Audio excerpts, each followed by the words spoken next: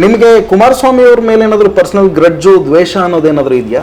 ಸಂವಿಧಾನದ ಮೇಲೆ ಕೈ ಇಟ್ಟು ಶಪಥ ತಗೊಳ್ಳೋರಿಗೆ ಗೋಮಾಳ ಜಮೀನನ್ನು ನಾನು ತಗೊಳ್ಬೇಕು ಅಂತಂದರೆ ಗ್ರ್ಯಾಂಡ್ ಲೆಟರ್ ಇರಬೇಕು ಅನ್ನೋದು ಇವ್ರಿಗೆ ಗೊತ್ತಿಲ್ಲ ಅಂತ ಅನಿಸ್ತದೆ ನಿಮಗೆ.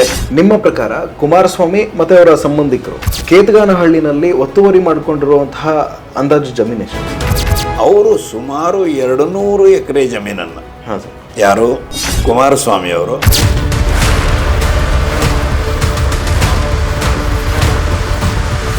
ನೀವು ಸತ್ಯಾಗ್ರಹ ಎಂದ ಮೇಲೆ ನೀವು ಹೊಡೆತಕ್ಕೆ ಬಡತಕ್ಕೆ ಅದಕ್ಕೆ ಇದಕ್ಕೆ ಎಂದೂ ಹೇಳಷ್ಟು ಅಂಜಬಾರ್ದು. ಅದಕ್ಕೆ ಲೋಕಾಯುಕ್ತರು ಸ್ಪಷ್ಟವಾಗಿ ಬರೆದಾರೆ, ಏನಂದ್ರೆ ದೇರ್ ಇಸ್ ಸಮಥಿಂಗ್ ಫಿಶಿ. ನೀವು ನೋಡಿದ್ರೆ ಹಿಂಗೆ ಹೇಳ್ತಿದ್ದೀರಿ, ಯಾರು ಮಾತನ್ನ ಅಂತ ನಂಬೋಣ ನಾವೀಗ? ಅಷ್ಟೇ ಅಲ್ಲ, ಅಲ್ಲೊಬ್ಬ ಬಂದು ಹೇಳಿದ್ರು ಅಣ್ಣವ್ರು ನಿಮಗೆ ಮಾತಾಡಬೇಕು ಅಂತ.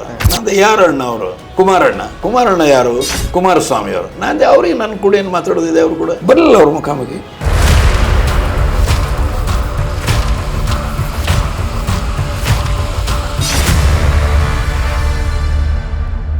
ನಮಸ್ಕಾರ ವೀಕ್ಷಕರೇ, ನೀವು ನೋಡ್ತಾ ಇದ್ದೀರಾ ಸಂಪಾದಕ ಯೂಟ್ಯೂಬ್ ಚಾನಲ್. ನಾನು ಸಂಕೇತ್. ಕಳೆದ ಕೆಲ ದಿನಗಳಿಂದ ರಾಜ್ಯದಲ್ಲಿ ದೊಡ್ಡ ಮಟ್ಟಿಗೆ ಸದ್ದು ಮಾಡ್ತಾ ಇದ್ದಂಥದ್ದು ಕೇತಗಾನಹಳ್ಳಿಯ ಭೂ ಒತ್ತುವರಿ ಪ್ರಕರಣ. ಅದರ ಜೊತೆಗೆ ಮಾಜಿ CM ಮತ್ತು ಕೇಂದ್ರದ ಹಾಲಿ ಮಂತ್ರಿಗಳಾಗಿರುವಂತಹ ಕುಮಾರಸ್ವಾಮಿ ಅವರ ಹೆಸರು ಕೂಡ ದೊಡ್ಡ ಮಟ್ಟಕ್ಕೆ ಸದ್ದು ಮಾಡ್ತಾ ಇತ್ತು. ಅವರ ಹೆಸರು ಮಾತ್ರ ಅಲ್ಲ, ಈ ಪ್ರಕರಣಕ್ಕೆ ಸಂಬಂಧಪಟ್ಟ ಹಾಗೆ ಇನ್ನೊಬ್ಬರ ಹೆಸರು ಕೂಡ ತುಂಬ ದೊಡ್ಡ ಮಟ್ಟಕ್ಕೆ ಸದ್ದು ಮಾಡ್ತಾ ಇತ್ತು. ಆಗಾಗ ಸದ್ದು ಮಾಡ್ತಾನೆ ಇರುತ್ತೆ. ಭ್ರಷ್ಟರ ಎದೆಯನ್ನು ನಡಗಿಸುವಂತಹ ವ್ಯಕ್ತಿತ್ವ ಇವರದ್ದು. ಸಾಮಾಜಿಕ ಹೋರಾಟಗಾರರಾಗಿರುವಂತಹ SR ಹಿರೇಮಠ್ ಸರ್ ನಮ್ಮ ಜೊತೆಗಿದ್ದಾರೆ. ಕೇತಗಾನಹಳ್ಳಿಯ ಕೇಸ್ನ ಬಗ್ಗೆ ನಾನು ಅವ್ರ ಹತ್ರ ಮಾತನಾಡ್ತಾ ಹೋಗ್ತೀನಿ. ಬನ್ನಿ ಈ ಇಡೀ ಕೇಸ್ನ ವೃತ್ತಾಂತವನ್ನು ಅವ್ರ ಬಾಯಿಂದಲೇ ಕೇಳಿ ತಿಳ್ಕೊಳ್ಳೋಣ. ಸರ್, ತಮಗೆ ಕಾರ್ಯಕ್ರಮಕ್ಕೆ ಸ್ವಾಗತ. ತಮಗೂ ನಮಸ್ಕಾರ. ಸರ್, ನನ್ನ ಮೊದಲನೇ ಪ್ರಶ್ನೆ ಏನು ಅಂದರೆ, ನಿಮಗೆ ಕುಮಾರಸ್ವಾಮಿ ಅವ್ರ ಮೇಲೆ ಏನಾದರೂ ಪರ್ಸನಲ್ ಗ್ರಡ್ಜು ದ್ವೇಷ ಅನ್ನೋದೇನಾದರೂ ಇದೆಯಾ? ಈ ಮಾತನ್ನು ಯಾಕೆ ಕೇಳ್ತಾ ಇದ್ದೀನಿ ಅಂದರೆ, ಕುಮಾರಸ್ವಾಮಿ ಅವರು ಹೇಳ್ತಾರೆ ನನ್ನನ್ನು ಟಾರ್ಗೆಟ್ ಮಾಡಲಾಗ್ತಾ ಇದೆ ಅಂತ. ಹಾಗೆ ನೋಡಿದ್ರೆ ನೀವೇ ಅವರ ವಿರುದ್ಧ ಈ ಥರದ ಒಂದು ಭೂ ಒತ್ತುವರಿ ಆಗಿದೆ ಕೇತಗಾನಹಳ್ಳಿನಲ್ಲಿ ಅಂತ ಹೇಳಿ ಪ್ರಕರಣವನ್ನು ದಾಖಲು ಮಾಡಿರುವಂಥದ್ದು, ಹೈಕೋರ್ಟ್ನಲ್ಲಿ ಅರ್ಜಿಯನ್ನು ಸಲ್ಲಿಸಿರುವಂಥದ್ದು. ಸೊ ಈ ನಿಟ್ಟಿನಲ್ಲಿ ಕೇಳ್ತಾ ಇದ್ದೀನಿ ಸರ್. ಯಾರ ಬಗ್ಗೆನೂ ಆಯಿತು, HD ಕುಮಾರಸ್ವಾಮಿಯವರು ಅಷ್ಟೇ ಅಲ್ಲ, ಮೊದಲಿನಿಂದಲೂ ನಾನೇನು ಸಾರ್ವಜನಿಕ ಜೀವನಕ್ಕೆ ಬಂದೀನಿ. ಯಾರ ಬಗ್ಗೆನೂ ನಮಗೇನು ಎಳ್ಳಷ್ಟು ವೈರತ್ವ ಅಥವಾ ಏನಾದರೂ ಟಾರ್ಗೆಟು ಇಲ್ಲವೇ ಇಲ್ಲ. ಯಾಕಂದರೆ ನಮ್ಮ ತಾಯಿಯವರು ನನ್ನ ಬೆಳೆಸಿದ್ದು ಶರಣರ ಒಂದು ಸಂಸ್ಕೃತಿಯಲ್ಲಿ. ಶರಣರೇನೆಂದರೆ ಎಲ್ಲರನ್ನ ಸಮಾನರಾಗಿ ಪ್ರೀತಿಯಿಂದ ಕಾಣೋದು ಅವರದಿದೆ. ಸೊ ಇಲ್ಲಿ ಯಾವ ವೈರತ್ವದ ಪ್ರಶ್ನೆ ಎಂದೂ ಬರೋದಿಲ್ಲ. ಸರ್, ನೀವು ಈ ಕೇಸಿನ ಬಗ್ಗೆ ಆಗಾಗ ಧ್ವನಿ ಎತ್ತಾನೆ ಬಂದಿದ್ದೀರಿ. ನೀವೇ ಹೇಳ್ಕೊಂಡ ಹಾಗೆ 13 ವರ್ಷದಿಂದ ಈ ಕೇಸಿನ ಹಿಂದೆ ಬಿದ್ದಿದ್ದೀನಿ ಅಂತ ನೀವು ಹೇಳ್ಕೊಂಡಿರೋದು ಕೂಡ. ಸೊ ಹೀಗಿರುವಾಗ ಒಂದು ಪ್ರಶ್ನೆ ಅದರಲ್ಲೂ ನಮ್ಮ ಪಬ್ಲಿಕ್ ಮೆಮರೀಸ್ ವೆರಿ ಶಾರ್ಟ್ ಅಂತಾರೆ. ಸೊ ಆ ಕಾರಣಕ್ಕೆ ನಮ್ಮ ಜನಗಳಿಗೂ ಒಂದಿಷ್ಟು ಈ ಕೇಸಿನ ಬಗ್ಗೆ ಇನ್ಫಾರ್ಮೇಷನ್ ನೀವು ಆಗಾಗ ಹೇಳ್ತಾ ಬಂದಿದ್ದೀರಿ. ಒಂದು ಸ್ವಲ್ಪ ವಿಸ್ತಾರವಾಗಿ ಹೇಳೋದಾದರೆ ಅಂಥೇಳಿ, ಜೊತೆಗೆ ಇಷ್ಟೊಂದು ಎಕರೆಯಷ್ಟು ಭೂಮಿ ಅಂದರೆ ತುಂಬ ದೊಡ್ಡ ಮೊತ್ತ ಬೆಲೆ ಬಾಳುವಂತಹ ಭೂಮಿ, ಅದು ಬೆಂಗಳೂರಿನ ಹೊರವಲಯದಲ್ಲಿ ಕುಮಾರಸ್ವಾಮಿ ಅಂತಹ ಲೀಡರ್ಗೆ ಸಿಕ್ಕಿದ್ದು ಹೇಗೆ ಸರ್? ಇದರ ವೃತ್ತಾಂತ ಏನು? ಬಹಳ ಸುದೀರ್ಘ ಇತಿಹಾಸ ಇದೆ. ಅದರಲ್ಲಿ ನಿಮ್ಮ ವೀಕ್ಷಕರು ಎಷ್ಟು ವರ್ಷಕ್ಕೆ ಆಸಕ್ತಿ ಇದ್ದಾರೆ ನನಗೆ ಗೊತ್ತಿಲ್ಲ. ಇದು ಶುರು ಆಗಿದ್ದು ದೇವೇಗೌಡರು PWD ಮಿನಿಸ್ಟರ್ ಏನಾಗಿದ್ದರು 80ರ ದಶಕದಲ್ಲಿ, ರಾಮಕೃಷ್ಣ ಹೆಗಡೆ ಅವರ ಇದರೊಳಗೆ. ಅವಾಗಿನಿಂದಲೇ ಇದು ಶುರುವಾಗಿದೆ. ಲಿಂಗಪ್ಪ ಅವರಂತ ಇನ್ನೂ ಇದ್ದಾರೆ. ಅವರು MLA ಆಗಿದ್ದರು, MLC ಆಗಿದ್ದರು. ಅವರು ಬರೆದ ಪತ್ರದಿಂದ ಏನು ಸ್ಪಷ್ಟವಾಗ್ತದಂದರೆ, ಅದೇ ಸಮಯದೊಳಗೆ ಈ ಭೂ ಕಬಳಿಕೆ ಶುರುವಾಗಿತ್ತು. ಅದು ಅವ್ಯಾಹತವಾಗಿ ಮುಂದುವರೆದಿದೆ. ಯಾಕೆಂದರೆ ನಿಮಗೆ ಗೊತ್ತಿದ್ದ ಹಾಗೆ ದೇವೇಗೌಡರು 80ರ ದಶಕ 80ರ ದಶಕದಲ್ಲೂ ಮಂತ್ರಿ ಆಗಿದ್ದರು. ಆಮೇಲೆ ಪ್ರಧಾನಮಂತ್ರಿನೂ ಕೂಡ ಆದರು. ಮುಖ್ಯಮಂತ್ರಿ, ಪ್ರಧಾನಮಂತ್ರಿ ಅಲ್ಲ. ಸೊ ಹೀಗಾಗಿ ಅವ್ರದ್ದೊಂದು ರಾಜಕೀಯ ಪ್ರಭಾವ ಇದೆ. ಇದು ಇರೋದರಿಂದ ಸ್ವಾಭಾವಿಕವಾಗಿ ಅಧಿಕಾರಿಗಳು ಅವರಿಗೆ ಹೆದರ್ತಾರೆ. ಮೊದಲಿನಿಂದಲೂ ಏನಿದೆ ಅಲ್ಲ, ನಮ್ಮ ದೇಶದೊಳಗೆ ಇವತ್ತು ಹಣವಂತರು, ಅಧಿಕಾರದಲ್ಲಿರುವಂಥವರು, ಅದಕ್ಕೆ ಬಗ್ಗುವಂಥ ಅಧಿಕಾರಿಗಳು ಭಾಳ ಜನ ಇದ್ದಾರೆ. ಹೊರತಾಗಿ ಧೈರ್ಯವಾಗಿ ಸ್ಪಷ್ಟವಾಗಿ ಸಂವಿಧಾನಕ್ಕೆ ಒಂದು ಗೌರವ ಕೊಟ್ಟು ಕಾಯ್ದೆಗಳನ್ನು ಚಾಚು ತಪ್ಪದೆ ಜವಾಬ್ದಾರಿಯಿಂದ ಅನುಷ್ಠಾನ ತರುವಂತಹ ಪ್ರವೃತ್ತಿ ಬಹಳ ಕಡಿಮೆ ಇದೆ. ಓಕೆ, ಬಟ್ ಕುಮಾರಸ್ವಾಮಿ ಅವರಿಗೆ ಬಿಡದಿನಲ್ಲಿ, ಅದು ಕೇತಗಾನಹಳ್ಳಿನಲ್ಲಿ ಇಷ್ಟೊಂದು ಆಸ್ತಿ ಮಾಡ್ಕೊಳ್ಳೋಕೆ ಸಾಧ್ಯ ಆಗಿದೆ ಹೇಗೆ ಅಂತ ಸರ್? ಸಾಧ್ಯ ಆಗಿದ್ದು ಸ್ಪಷ್ಟವಾಗಿದೆ. ಅವ್ರ ತಂದೆ ಮಿನಿಸ್ಟರ್ ಆಗಿದ್ದರು. ಇವರು ಏನಾದರೂ ಅಲ್ಲಿ ಮಾಡಬೇಕಂತ ಇವರಿಗೆ ಇತ್ತು. ಸೊ ಆ ಒಂದು ಪ್ರಭಾವವನ್ನು ಬಳಸಿಕೊಂಡು ಗೋಮಾಳ ಜಮೀನಲ್ಲಿ ಏನಿದೆ ಅದನ್ನು ಸುಮಾರು 20 ಎಕರೆಗಿಂತಲೂ ಜಾಸ್ತಿ ಇವರಿಗೆ ಅದು ಬಂದಿದೆ, ಇವರ ಕೈಯೊಳಗೆ. ಇಷ್ಟೇ ಅಲ್ಲ, ದೇವೇಗೌಡರ ಹೆಂಡತಿಯ ತಂಗಿ ಸಾವಿತ್ರಮ್ಮ ಅಂತ, ಅವರಿಗೂ ಕೂಡ 20 ಎಕರೆಗಿಂತಲೂ ಸ್ವಲ್ಪ ಜಾಸ್ತಿ 22 ಎಕರೆ ಗೋಮಾಳ ಜಮೀನು ಕೊಟ್ಟಿದೆ. ಅದನ್ನು ಅವರು 2000 ನಂತರ ದಾನವಾಗಿ ಕುಮಾರಸ್ವಾಮಿಯವರಿಗೆ ಕೊಡ್ತಾರೆ. ಸೊ ಇದು ನನ್ನ ಅಭಿಪ್ರಾಯದೊಳಗೆ ಬಹಳ ಹಿಂದಿನ ಇತಿಹಾಸ ಇದೆ. ಅದು ಕೂಡ ನನಗೇನೂ ಗೊತ್ತಿರಲಿಲ್ಲ. ನಾ ಯಾವುದೇ ಒಂದು ವಿಷಯದೊಳಗೆ ಹೋಗಬೇಕಾದ್ರೆ ಅದನ್ನು ಸಮಗ್ರವಾಗಿ ಅಭ್ಯಾಸ ಮಾಡಿಕೊಂಡು ಅದರ ಬಗ್ಗೆ ಸಮಗ್ರವಾಗಿ ತಿಳಿದುಕೊಂಡು ಮುಂದೆ ಹೋಗೋದು. ಸರ್, ಏನು ಅಂದರೆ ನೀವು ಹೇಳಿದ ಹಾಗೆ ನಾನು ಮತ್ತೊಂದು ಸತಿ ರಿಪೀಟ್ ಮಾಡ್ತಾ ಇದ್ದೀನಿ ಅದನ್ನು. ಏನು ಅಂದರೆ ಈ ಕೇಸಿನ ಹಿಂದೆ ನೀವು ಬಿದ್ದು 13 ವರ್ಷ ಆಯಿತು ಅಂತ. ಸೊ ಹೀಗಿರುವಾಗ ಒಬ್ಬ ಪ್ರಭಾವಿ ಒಬ್ಬ ಪ್ರಭಾವಿ ಅಲ್ಲ, ಒಂದು ಇಡೀ ಪ್ರಭಾವಿ ರಾಜಕೀಯ ಕುಟುಂಬವನ್ನು ನೀವು ಎದುರು ಹಾಕ್ಕೊಂಡಿದ್ದೀರಿ ಈ ಪರ್ಟಿಕ್ಯುಲರ್ ಕೇಸ್ನಲ್ಲಿ. ಇಂತಹ ಕೇಸಲ್ಲಿ ಅದು ಪ್ರಭಾವಿಗಳು ಎದುರುಗಡೆ ಇದ್ದಾಗ, ಎದುರಾಳಿಗಳಾಗಿದ್ದಾಗ ಆಬ್ವಿಯಸ್ಲಿ ಥ್ರೆಟ್ ಅನ್ನೋ ಮಾತುಗಳು ಕೇಳ್ತಾನೆ ಇರುತ್ತೆ. ಸೊ ನಿಮಗೆ ಆ ಥರದ ಥ್ರೆಟ್ಗಳೇನಾದರೂ ಬಂತ, ಅಥವಾ ಅದೇ ಪ್ರಶ್ನೆಯನ್ನು ಬದಲಿಸಿ ಕೇಳೋದಾದರೆ ನಿಮಗೆ ಯಾವುದಾದ್ರೂ ಆಫರ್ಗಳು ಬಂತ? ಹೇಗಿತ್ತು 13 ವರ್ಷದಲ್ಲಿ ಈ ಕೇಸ್ ನಡೆಸಬೇಕಾದ್ರೆ? ನೋಡಿ, ಇದು ನಮ್ಮದು ಮೊದಲನೇ ಕೇಸ್ ಅಲ್ಲ. ಈಗಾಗಲೇ ಬಳ್ಳಾರಿಯಲ್ಲಿ ಆಗಿದ್ದು ಭಾಳ ಜನರಿಗೆಲ್ಲ ಗೊತ್ತಿದೆ. ಹೌದು, ಏನೊಂದು ಮೈನಿಂಗ್ ಮಾಫಿಯಾ ಇತ್ತು. ಅದೇ ಪ್ರಕಾರ ಟಿಂಬರ್ ಮಾಫಿಯಾ ಬಸ್ತರ್ ರೀಜನ್ದೊಳಗೆ, ಎಲ್ಲಿ ಆದಿವಾಸಿಗಳು ಜಾಸ್ತಿ ಇದ್ದಾರೆ, ಅದು ಮೊದಲು ಮಧ್ಯಪ್ರದೇಶದ ಭಾಗವಾಗಿತ್ತು, ಈಗ ಛತ್ತೀಸ್ಗಢ ಸೆಪ್ರೇಟ್ ಸ್ಟೇಟ್ ಆಗಿದೆ. ಆಮೇಲೆ ಬಿರ್ಲಾ ಅವರ ಕಂಪನಿಯ ವಿರುದ್ಧ ಮಾಲಿನ್ಯದ ಬಗ್ಗೆ ಹೋರಾಟ ಮಾಡಿದ್ದೇವೆ. ಕರ್ನಾಟಕ ಸರ್ಕಾರ ಬಿರ್ಲಾದವ್ರದ್ದು 75,000 ಎಕರೆ ಸಾಮೂಹಿಕ ಜಮೀನುಗಳನ್ನ ಇನ್ಕ್ಲೂಡಿಂಗ್ ಫಾರೆಸ್ಟ್ ಜಮೀನುಗಳನ್ನ ಏನು ಮಾಡಿದ್ರು ಅದರ ಬಗ್ಗೆ ಹೋರಾಟ ಮಾಡಿದ್ದೇವೆ. ಸೊ ಇವು ಎಲ್ಲ ವಿಷಯಗಳಲ್ಲಿ ನಮಗೆ ಇಲ್ಲಿಯವರೆಗೆ ಯಾರಿಂದಲೂ ನೇರವಾಗಿ ಥ್ರೆಟ್ ಮಾಡುವಂಥದ್ದು ಬಂದಿಲ್ಲ. ಅದರರ್ಥ ಏನೋ ಸ್ವಲ್ಪ ಬಸ್ನಲ್ಲಿ ಹೋಗೋ ಒಬ್ಬರನ್ನ ದೂಕಿದ್ದಾರೆ ನಮ್ಮ ಸಹೋದ್ಯೋಗಿಗಳನ್ನ, ಮತ್ತೊಬ್ಬರಿಗೆ ಏನಾದರೂ ಒಂದು ಮಾಡಿದ್ದಾರೆ. ಒಂದೇ ಒಂದು ನನಗೆ ಬಂದಿದೆ ಯಡಿಯೂರಪ್ಪ ಅವರು ಏನದು ಈ ಬಳ್ಳಾರಿ ಮೈನಿಂಗ್ ಆಗುವಾಗ ಅವರು ಸಮೀಪದವರು ಆಪ್ತರು, ಅವರು ನೇರವಾಗಿಲ್ಲ, ಅವ್ರ ಸಮೀಪದ ಆಪ್ತದವರು ಫೋನ್ ಮಾಡಿ ಹಿಂಗೆ ಹಿರೇಮಠರ ಜೊತೆಗೆ ಯಡಿಯೂರಪ್ಪ ಅವರಿಗೆ ಭೇಟಿ ಆಗಬೇಕಾಗಿದೆ, ಅಪಾಯಿಂಟ್ಮೆಂಟ್ ಬೇಕು, ಯಾಕೆ ಅಂತ ಕೇಳಿದರೆ ಹಿಂಗೆ ಅಕ್ರಮ ಗಣಿಗಾರಿಕೆ ಬಗ್ಗೆ ಭಾಳ ಮಾತಾಡ್ತಾ ಇದ್ದಾರೆ, ಅದನ್ನು ಸ್ವಲ್ಪ ಸೆಟಲ್ ಮಾಡಬೇಕು ಅಂತ. ಓಕೆ. ಸೊ ಆಗ ಅವ್ರು ಹೇಳ್ಯಾರ, ಹಿರೇಮಠರು ಸೆಟಲ್ ಮಾಡೋದು ಒಂದೇ ಜಾಗ, ಎಲ್ಲಿ ಸುಪ್ರೀಂ ಕೋರ್ಟ್ದೊಳಗೆ ಕೋರ್ಟ್ ರೂಮ್ ನಂಬರ್ 1. ಯಾಕಂದರೆ forest bench headed by chief justice, ಅಲ್ಲೇ ನಿರ್ಣಯಗಳಾಗ್ತಾವೆ, ನೀವು ಅಲ್ಲೇ ಅವರಿಗೆ ಮಾಡಬೇಕು ಅಂತ. ಇಲ್ಲ, ಅದು ಭಾಳ ಕಠಿಣ ಆಗ್ತದೆ ಹಿಂಗೆ ಮಾಡಿದರೆ ಅಂತ ಹೇಳಿದ್ರೆ ಅಂತ. ಓಕೆ, ಆಯಿತು, ಅಷ್ಟು ಬಿಟ್ಟು. ಸೊ ಇಲ್ಲಿಯವರೆಗೆ ಏನದಲ್ರಿ ಯಾರೂ ಆ ರೀತಿ ನಮಗೆ ಮಾಡಿಲ್ಲ. ನಾನು ಈ ಮಾತನ್ನು ಏನಕ್ಕೆ ಕೇಳಿದೆ ಅಂದರೆ, ನಿಮ್ಮದು ಒಂದು ಯಾವುದೋ ಒಂದು ಸಂದರ್ಶನದಲ್ಲಿ ನಾನು ಕೇಳ್ತಾ ಇದ್ದೆ. ಏನು ಅಂದರೆ, ಯಾರೋ ಫೋನ್ ತಂದು ಅಣ್ಣ ಮಾತಾಡ್ಬೇಕಂತ ನೋಡಿ ಅಂತ ಈ ಪರ್ಟಿಕ್ಯುಲರ್ ಕೇತಗಾನಹಳ್ಳಿ ಕೇಸ್ ಬಗ್ಗೆ ಯಾರೋ ಅಂತ ಕೇಳಿದ್ರೆ ಕುಮಾರಣ್ಣ ಅಂತ ಹೇಳಿ ಏನೋ ಬಂತು ಅಂತ. ಇಲ್ಲ, ಅದು ಕರೆಕ್ಟ್ ಇದೆ ತಾವು ಹೇಳೋದು.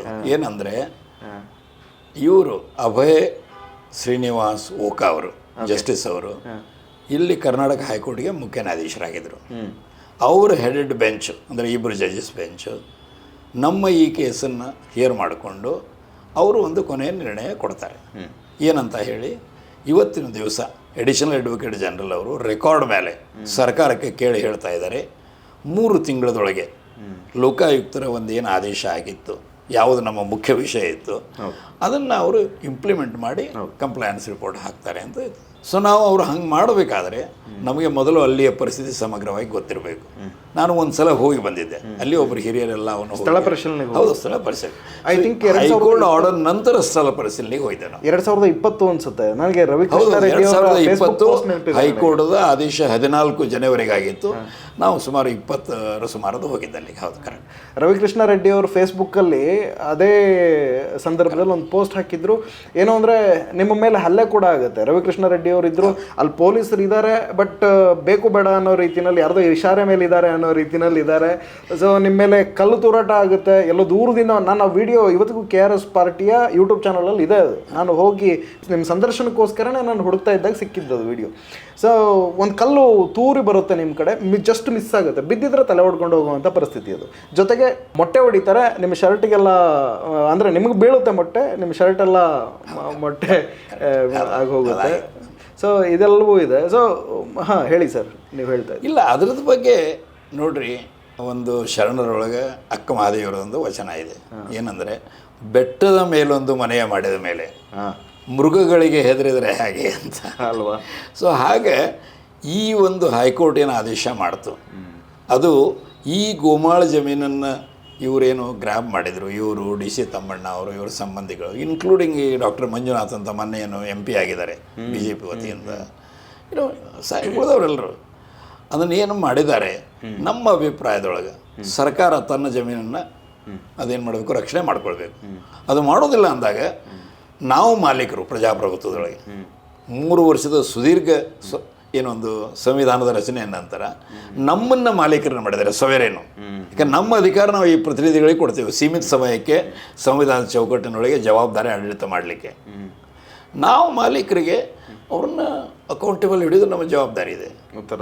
ಈಗ ನೀವು ಅನ್ಬೋದು, ಇದು ಇಂಥ ಪ್ರಭಾವಶಾಲಿಗಳಿಗೆ ಹೆದರ್ತಾರೆ ಜನ, ಕೆಲವು ಮಂದಿ ಹೆದರ್ತಾರೆ, ಇಲ್ಲ ನಂಗಿಲ್ಲ. ಆದರೆ ನೀವು ನನ್ನ ಬ್ಯಾಕ್ಗ್ರೌಂಡ್ ತಿಳ್ಕೊಳ್ಳೋದು ಅವಶ್ಯಕ. ಮೊದಲನೇ ಬ್ಯಾಕ್ಗ್ರೌಂಡ್ ಏನು, ಶರಣರ ಒಂದು ಸಂಸ್ಕೃತಿಯೊಳಗೆ ಬಂದವು. ಅದನ್ನು ನಾವು ಚಾಚು ತಪ್ಪದೆ ನುಡಿ ನಡತೆ ಎಲ್ಲ ಮಾಡ್ಕೊಳ್ತಿದ್ದೇವೆ ಬಂದಿದೆ. ಇವತ್ತಿನ ಈ ರಾಜಕಾರಣಿಗಳು ಯಾವ ರೀತಿ ಇದ್ದಾರೆ, ಅವ್ರ ನೈತಿಕ ಮಟ್ಟ ಏನಿದೆ, ಅವರು ಜನರ ಬಗ್ಗೆ ಏನು ಕಳಕಳಿದೆ ನಮಗೆ ಗೊತ್ತಿದೆ. ಇಂಥವರಿಗೆ ಹೆದರುವುದು ನನ್ನ ಅಭಿಪ್ರಾಯದೊಳಗೆ ಎಂದೂ ಸರಿಯಲ್ಲ.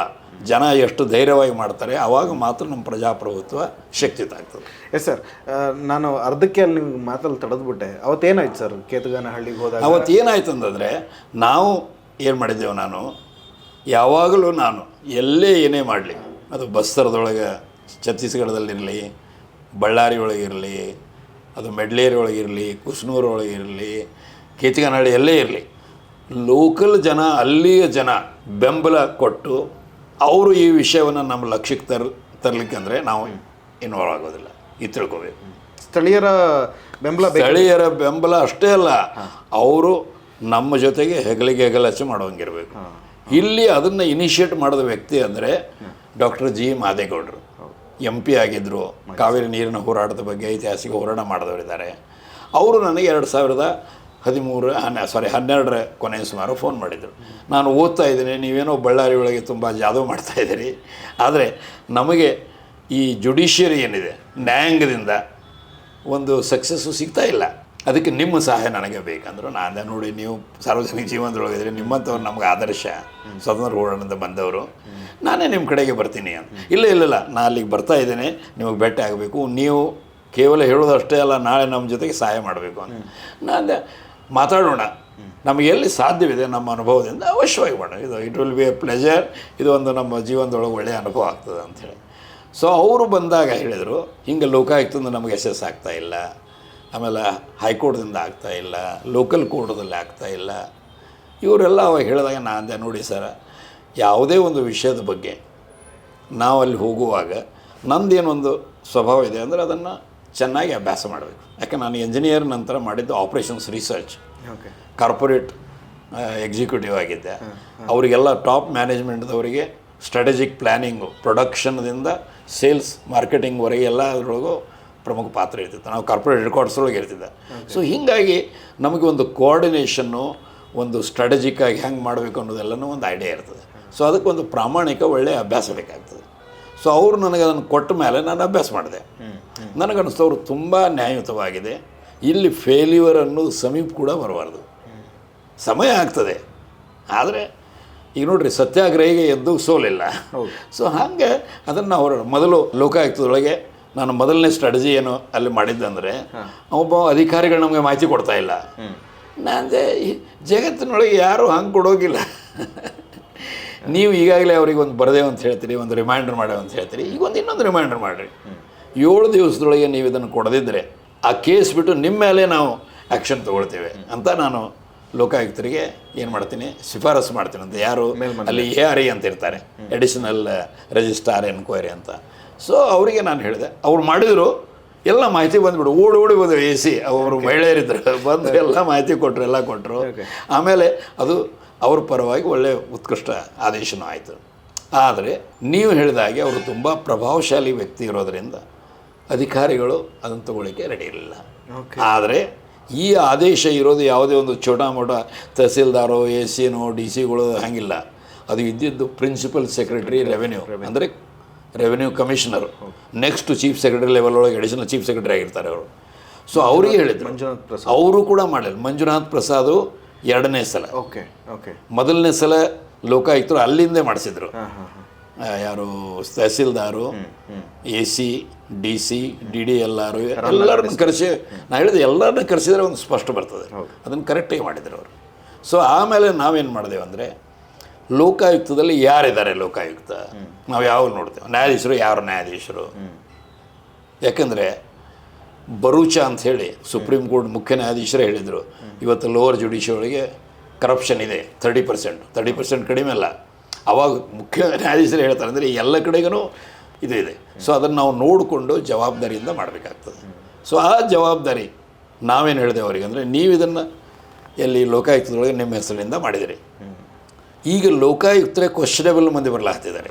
ಯಾವಾಗ ಜಸ್ಟಿಸ್ ಸಂತೋಷ್ ಹೆಗಡೆ ಅವರೊಬ್ಬರನ್ನು ಬಿಟ್ಟರೆ ಬಹಳ ಕಡಿಮೆ ನೇರವಾದವರು, ನಿಷ್ಠುರವಾಗಿ ಸ್ಪಷ್ಟವಾಗಿ ನ್ಯಾಯಪರವಾಗಿ ಮಾಡೋರಿಲ್ಲ. ಅವರೊಬ್ಬರು ಉತ್ಕೃಷ್ಟವಾಗಿದ್ದರು. ಅದು ನಮ್ಮ ಸುದೈವ ಬಳ್ಳಾರಿಯೊಳಗೆ ತುಂಬ ಹೆಲ್ಪ್ ಆಯಿತು.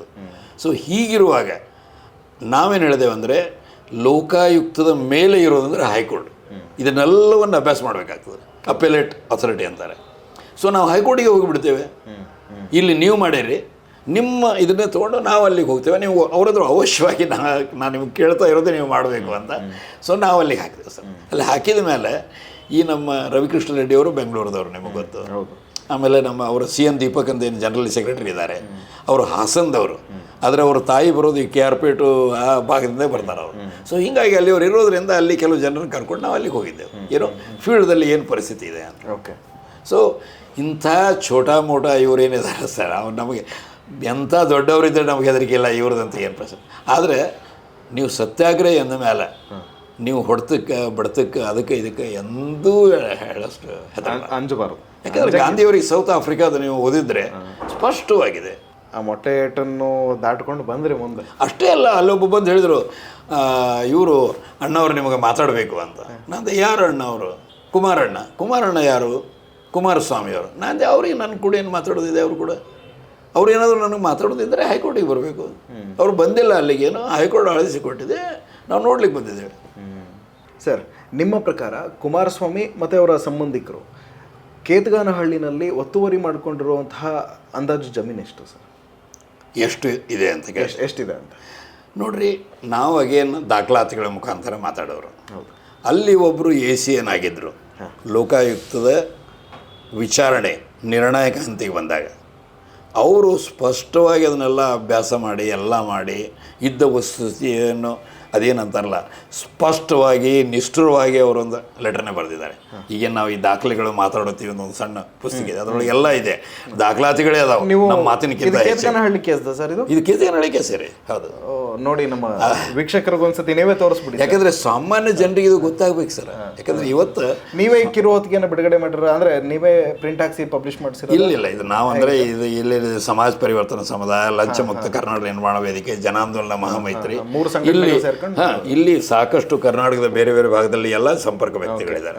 ಇದನ್ನ ದೇವನೂರು ಮಹಾದೇವರು ಏನಿದ್ದಾರೆ ಸಾಹಿತಿಗಳು, ಅವರು ನಾವು ಹೆಚ್ಚಿನ ಕಾಂಟ್ರಿಬ್ಯೂಟ್ ಮಾಡಿದ್ದು. ಈ ದಾಖಲಾತಿಗಳೆಲ್ಲ ಎಷ್ಟು ಇಲ್ಲಿ ಏನು ಸ್ಪಷ್ಟವಾಗಿ ಕಂಡು ಬರ್ತಾ ಇದೆ ಅಂದರೆ, ಅವರು ಸುಮಾರು 200 ಎಕರೆ ಜಮೀನನ್ನು, ಯಾರು ಕುಮಾರಸ್ವಾಮಿಯವರು, ಆಮೇಲೆ ಅವರ ಸಂಬಂಧಿ DC ತಮ್ಮಣ್ಣ ಅಂತ ಇವರ ಕುಟುಂಬ, ಈಗ ಸಾವಿತ್ರಮ್ಮ ಅವರು, ಮಂಜುನಾಥ್ ಅವರು ಇವರೆಲ್ಲ ಅವರ ಕುಟುಂಬ, ಅವರ ಹೆಂಡತಿ, ಅವರ ಮಕ್ಕಳು, ಅಂದರೆ ಅವರ ಮಗ ಇದ್ದಾರೆ, ಹೆಣ್ಮಕ್ಳಿದ್ದಾರೆ, ಇವರೆಲ್ಲರೂ ವ್ಯವಸ್ಥಿತವಾಗಿ ಓವರ್ ದ ಇಯರ್ಸ್ ಇದನ್ನು ಗ್ರ್ಯಾಬ್ ಮಾಡಿದ್ದಾರೆ. ಸುಮಾರು 200 ಎಕರೆ. ಮತ್ತು ಇವರು ಏನು ಹೇಳ್ತಾರೆ ಎಲ್ಲರಿಗೆ ಅಂದರೆ, ಇದನ್ನು ನಾನೆಲ್ಲ ಖರೀದಿ ಮಾಡಿದ್ದೇನೆ, ಇದೆಲ್ಲವೂ ನಾನು ಖರೀದಿ ಪತ್ರಗಳಿವೆ. ಇದು ಈಗ ನಾನು ವಿಧಾನಸೌಧ ನಿಮಗೆ ನಾನು ಖರೀದಿ ಕೊಟ್ಟರೆ ನಾಳೆ ಅಲ್ಲಿ ಹೋದ್ರೆ ಯಾರು ಕೊಡ್ತಾರೆ ನಿಮಗೆಲ್ಲ? ಹಾಗಾದ್ರೆ ಗೋಮಾಳ ಜಮೀನು ಖರೀದಿ ಮಾಡಲಿಕ್ಕೆ ಇದು ಮಾಡಲಿಕ್ಕೆ ಆಗೋದಿಲ್ಲ. ಅದು ಯಾವಾಗ ಖರೀದಿ ಮಾಡಲಿಕ್ಕೆ ಆಗ್ತದೆ? ಯಾರು ನಿರ್ಧಗಿತರಿದ್ದಾರೆ, ಬಡವರಿದ್ದಾರೆ, ಯಾರು ಅದನ್ನು ಮಾಡಿದ್ದಾರೆ ಅವರಿಗೆ ಗ್ರ್ಯಾಂಟ್ ಮಾಡ್ತಾರೆ. ಒಂದೇ ಒಂದು ಗ್ರ್ಯಾಂಟ್ ಇದೆ, ಏನು ಅಲ್ಲಿ ಅದು ಇರೋದು 1 ಎಕರೆ 20 ಗುಂಟೆ ಗಾಯತ್ರಿ ಅನ್ನೋರಿಗೆ. ಅದು ಬಿಟ್ಟರೆ ಯಾವುದೇ ರೆಕಾರ್ಡ್ಗಳಿಲ್ಲ.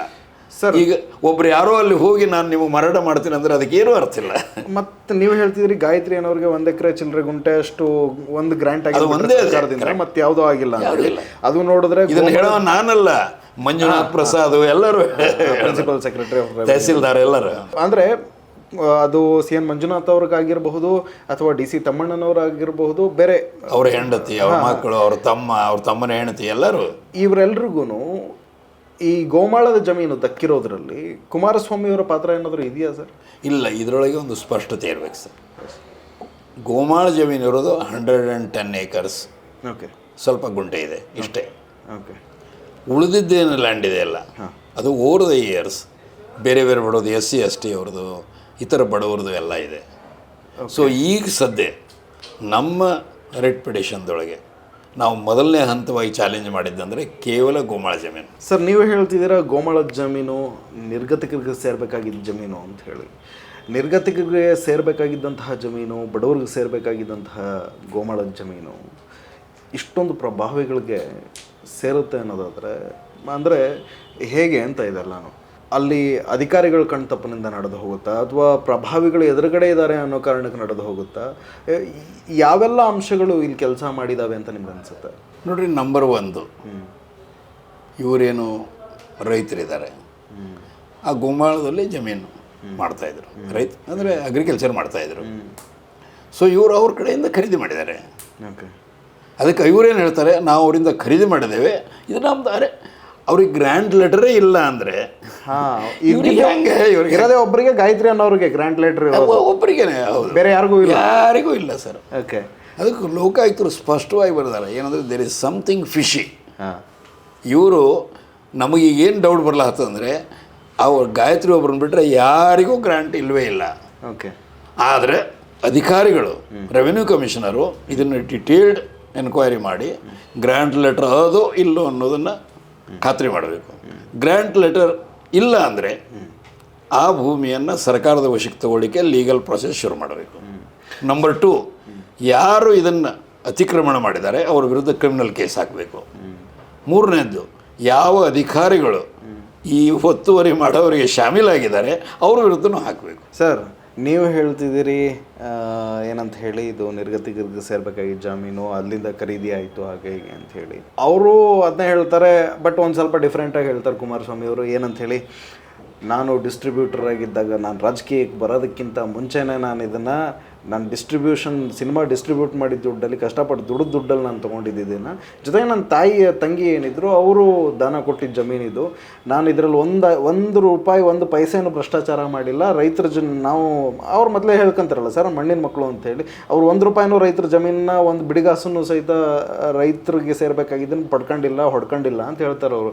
ನೀವು ನೋಡಿದ್ರೆ ಹಿಂಗೆ ಹೇಳ್ತಿದ್ದೀರಿ, ಯಾರು ಮಾತನ್ನ ಅಂತ ನಂಬೋಣ ನಾವೀಗ?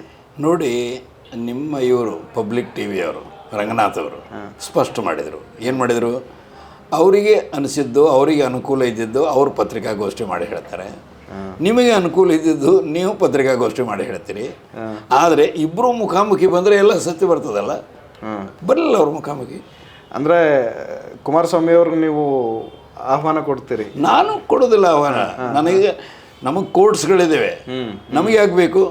ನಾವು ಯಾವುದೇ ನಿರ್ಣಯ ಮಾಡ್ತಾ ಇಲ್ಲ, ನಾವು ಯಾವುದೇ ಇದು ಮಾಡ್ತಾ ಇಲ್ಲ. ನಮ್ಮ ಕಡೆಗೆ ಏನು ದಾಖಲಾತಿಗಳಿವೆ ನಾವು ಕೋರ್ಟಿಗೆ ಹೋಯ್ದೇವೆ. ಕೋರ್ಟಿಗೆ ಅದು ಪ್ರಶ್ನೆ ಮಾಡ್ತಾ ಇದ್ದಾರೆ. ಒಂದು ಬಹಿರಂಗ ಚರ್ಚೆ ಅಂದರೆ ಅವರಿಗೆ ಅಷ್ಟು ಖಾತ್ರಿ ಇದ್ರೆ, ಹೆಂಗೆ DK ಶಿವಕುಮಾರ್ ಅವರಿಗೆ ಖಾತ್ರಿ ಇತ್ತು, ಅವರು ಬರ್ಬೋದು, ನಮ್ದೇನಿದೆ ನಾವು ಇಡ್ತೇವೆ, ಅವ್ರದ್ದು ಅವ್ರು ಇಡ್ತಾರೆ, ಜನರಿಗೆ ಒಂದು ಚಿತ್ರ ಬರ್ತದೆ ಅಲ್ಲಿ. ಮತ್ತು ನನಗನ್ಸು ಮಟ್ಟಿಗೆ ನೀವು ಒಂದು ಸ್ಪಷ್ಟತೆ ನಿಮಗೆ ಇರಬೇಕಂದ್ರೆ, ಇವರು ಸಾಧಾರಣ ರನ್ನದ ಮಿಲ್ ವ್ಯಕ್ತಿ ಅಲ್ಲ. ಮುಖ್ಯಮಂತ್ರಿ ಆಗಿದ್ದಾರೆ, MLA ಆಗಿದ್ದಾರೆ, MP ಆಗಿದ್ದಾರೆ, ಈಗ ಯೂನಿಯನ್ ಮಿನಿಸ್ಟರ್ ಆಗಿದ್ದಾರೆ. ಸಂವಿಧಾನದ ಮೇಲೆ ಕೈ ಇಟ್ಟು ಶಪಥ ತಗೊಳ್ಳೋರಿಗೆ ಗೋಮಾಳ ಜಮೀನನ್ನು ನಾನು ತಗೊಳ್ಬೇಕು ಅಂತಂದರೆ ಗ್ರ್ಯಾಂಟ್ ಲೆಟರ್ ಇರಬೇಕು ಅನ್ನೋದು ಇವ್ರಿಗೆ ಗೊತ್ತಿಲ್ಲ ಅಂತ ಅನ್ನಿಸ್ತದೆ ನಿಮಗೆ. ನೀವು ವಿಚಾರ ಮಾಡಿ. Yes sir. ಸೊ ಇದಕ್ಕೆ ಉತ್ತರನ ಅವರೇ ಕೊಡಬೇಕು ಸರ್, ಮೊದಲನೇದು. ಅಲ್ಲ, ಆ ಉತ್ತರ ಕೊಡೋದು ಪ್ರಶ್ನೆನೇ ಇಲ್ಲ. ಈಗ ಹೊರಗೆ ಸೂರ್ಯ ಇದ್ದಾನೋ ಚಂದ್ರ ಇದ್ದಾನೋ ಎಷ್ಟು ಸ್ಪಷ್ಟ ಇದೆ, ಅಷ್ಟು ಸ್ಪಷ್ಟ ಇದೆ. ಅದಕ್ಕೆ ವಿಭಾಗೀಯ ಪೀಠ 2 ಜಡ್ಜಸ್ ಏನಿದ್ದಾರೆ, ಜಸ್ಟಿಸ್ ಸೋಮಶೇಖರ್ ಅವರು ಏನು ಹೆಡೆಡ್ ಬೆಂಚ್ ಇದೆ, ಅವರು ಹೇಳ್ತಾರೆ, ಅಧಿಕಾರಿಗಳೇ ಇದು ಸ್ಪಷ್ಟ ಇದೆ, ಹೈಕೋರ್ಟ್ ಆದೇಶ ಇದೆ, ನಿಮ್ಮ ಕಡೆಗೆ ಗಟ್ಸ್ ಇದ್ದರೆ ನೀವೇನು ಮಾಡಿರಿ. ಅದೇ ಬಡವರು ಯಾರಾದರೂ ನಿರ್ಗತಿಕರಾದರೆ ಮುಂಜಾನೆ ನಿಮ್ಮ ಬುಲ್ಡೋಸರ್ ಹೋಗಿ ತೊಗೊಳ್ತೀರಿ. ಇಲ್ಲಿ ಯಾಕೆ ನೀವು ಇದನ್ನು ಮಾಡ್ತಾ ಇದ್ದೀರಿ? ನೀವು ಮನಸ್ಸು ಮಾಡಬೇಕು. ಇದು ಇಷ್ಟೇ ಇದೆ ಪ್ರಶ್ನೆ, ಮತ್ತೇನಿಲ್ಲ ಅಲ್ಲಿ. ಅದು ಕರೆಕ್ಟ್ ಇದೆ ಅವ್ರು ಹೇಳೋದು.